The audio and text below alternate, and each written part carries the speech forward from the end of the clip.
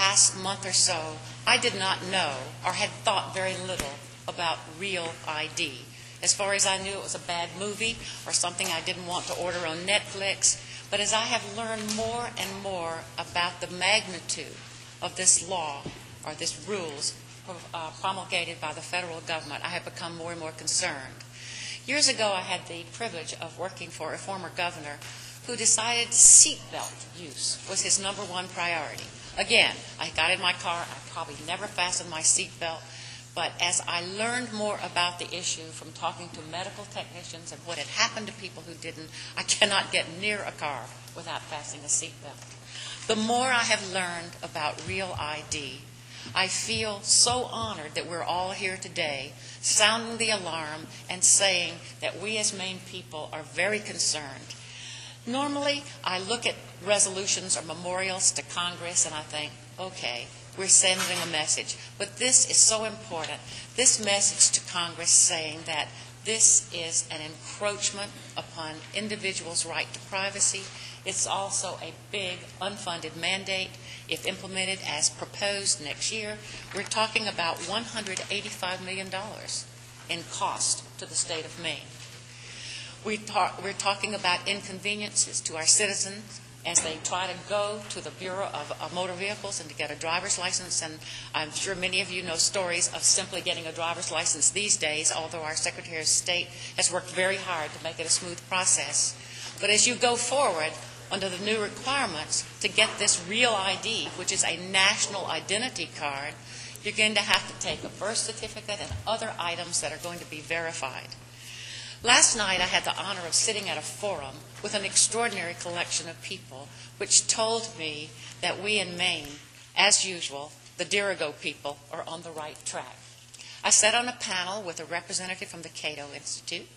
I sat on a panel with the executive director of the Sportsman Alliance of Maine, with a representative from the Maine Civil Liberties Union, and my good colleague from the other end of the chamber, Representative Lansley. We've worked together on education. We were all standing there talking about the importance of privacy to Maine people and speaking up and saying to Congress that Maine people will not accept this. You're going to be told, perhaps by some who think that this is important to our national security, that it's only voluntary. Let me speak to you about the voluntary nature of Real ID. If Maine does not comply and if the rules stay in place and the deadline stays in place, Maine citizens who won't have the national identity card can't board an airplane. They can't go into federal buildings. We assume they can go into court if they're indicted to do that. But at the same time, there are very, very serious issues affecting the people that we represent. And I honestly believe that that is what has united people in both ends of this building, both Republicans and Democrats, conservatives and liberals, and everybody who has a concern about privacy. There's concern about victims of domestic violence and all the information that you're going to have to give for this national identity card, which we think will look like a card that you swipe, and every bit of information about you is on that card. I'm not trying to frighten anyone here, but the more we know about it, the more we find it appalling as Maine citizens that this is simply unacceptable. Maine is not alone in standing up to this issue. Other states are joining in. We just are getting there first with a resolution, and later there'll be legislation for you to consider, which will talk about the Secretary of State should not implement this. It is wrong. We do not want to participate in something that subjects our citizens to such a loss of privacy. And if we don't speak up about that now, who will? This probably is the greatest intrusion into privacy that I've ever witnessed in my years of public service. I don't think that was the intent. The intention was good. The intention was to protect us from terrorists and other issues concerning our safety. But we are told by everyone who's looked at this issue that the terrorist who inflicted 9/11 upon our country could have done so even if we had had this national identity card.